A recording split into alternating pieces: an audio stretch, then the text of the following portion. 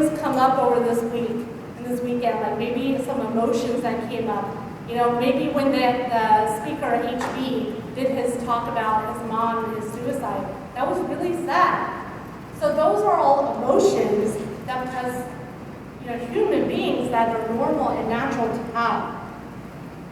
So some statistics that you all know is 1 in 4 people is affected by mental illness. So that means if you look around the room, even in this room today, somebody sitting next to you or maybe yourself is going through something. We know that there's a lot of misunderstandings about mental health. People, because of the stigma, they're afraid to get treatment. Some people don't know how to recognize the signs and symptoms. And they rely a lot on their faith and family and community. I had an aha moment this morning, to be honest, because, I've been dealing with, this is about my mom, but through this journey with SEEMA, I have recognized many people in my life who have been going through things that I didn't even realize. And I realized the stigma is not just about the person who's dealing with it, but the stigma is within us who don't have mental illness. Because when we see someone, if someone has diabetes, you say this all the time, oh, if you have diabetes, you have high blood pressure, you would go to a doctor about it. But why do we have the stigma? Because when we hear that someone has something, we're afraid of how their mental illness is going to affect us. And that's what we're afraid of. That's what's causing our own stigma with mental health. Anyway. Sorry, maybe you guys have already had that, but I had that this morning. All right, so what are some of the stigmas that Muslims are going through? We don't want to recognize that, or we assume that everything is biological. I don't know, my therapist tells me I'm going to go that I don't have mental illness. I go to therapy anyway because I deal with a lot of people. My mother had bipolar depression, schizoaffective disorder. I don't know why it skipped me, but it could happen to my children. Yes, it can be genetic, but it's not always genetic. When I was starting SEEMA, people said to me, who's going to marry your daughters if you tell people that your mother had this? I said, I don't care, that's Father Allah.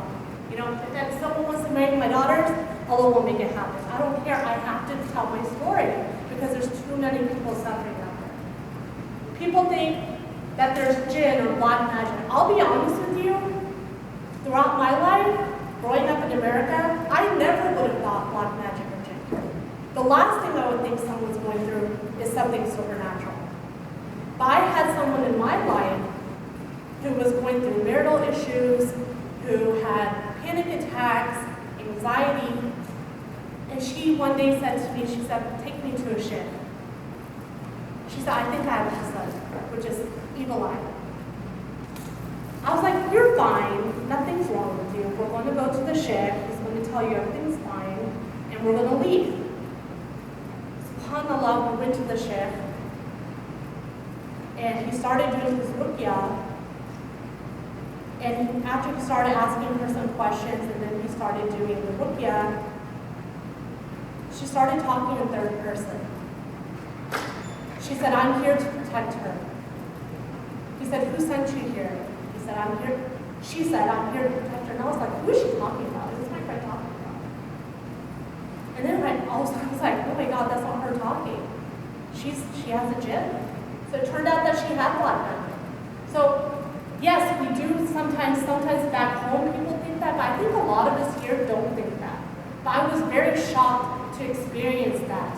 Now, I thought she just needed to go to therapy, she needed to get professional help, but she did actually have something, beyond that. We're told that maybe you sinned and God's testing you. Maybe Allah's, punishing you. And what does that bring out in people? If they think that they're being punished, they feel guilty. Oh, what did I do wrong? Does Allah not love me? Or if they think it's a test, oh, just be patient. And something came up for me this week. I was like, as I mentioned, I realized that there's so many people in my life that I didn't realize that we're going through stuff. Why did Allah put me in this position to deal with these people? Yes, it might be my test. And people might tell me to be patient. But I'm human too. You know, we have our limits, and subhanAllah, I actually looked at the meaning of my mom's name, SEEMA, and it means boundaries and limits. And I had no idea. We all have limits. We are not supernatural. We are not Allah, you know? But we have to be strong and do our best. And then we have the weakness of faith in gender. You know, there's so much stigma for men. It's so hard for us to get our Muslim men into therapy. Maybe they'll take the meds, but getting them to go to a therapist is like pulling teeth. And they're using dismissive language, you know, boys don't cry, man up, get over it. I do it too. You know, I'm like, you're crazy, go take some pill pills or something, you know? Like, I'm the worst advocate, sorry guys. But we all do it, like, you don't even realize it. We have to like be a little bit more cognizant of that. Cultural pressures, like I said, what will people say? People said that to me. Who's going to marry your daughters? That's so wrong. And all this stigma, all that pressure, as we know, we've seen so many suicides in our American Muslim community over the past year. We had about 3 last year. And I think one of them was a mother who was, I think in Virginia, was very active in her community. And people were shocked. But who knows, maybe she was carrying so much weight, you know. She thought maybe, you know, I'll tell you what I think. I'm not a, you know, scholar or anything like that, but I did go to some talks after that, and someone told a story about the where, you know, forgive me if I say it wrong, but basically there was a Sahaba, there was a man who migrated from Makkah to Medina, and he was an older man, and he missed Makkah. That was home. He was homesick. He left his family. He left everybody and came to Medina. And he was so homesick and so distraught and so depressed, he ended up cutting the tips of his fingers until he bled to death. And the Sahaba had a dream of him, and he was in Jannah. He was in white, but his hands were covered. And he asked the Prophet, he said, you know, I had this dream about this man, and he was in Jannah, but his hands were covered. What did that mean? He said Allah forgave him, but he didn't return to him what he took from himself. So why do we stigmatize suicide so much? Why don't we look at how the Prophet, how, like, beyond the 6 basic beliefs of Islam, anything beyond that is up to Allah to judge.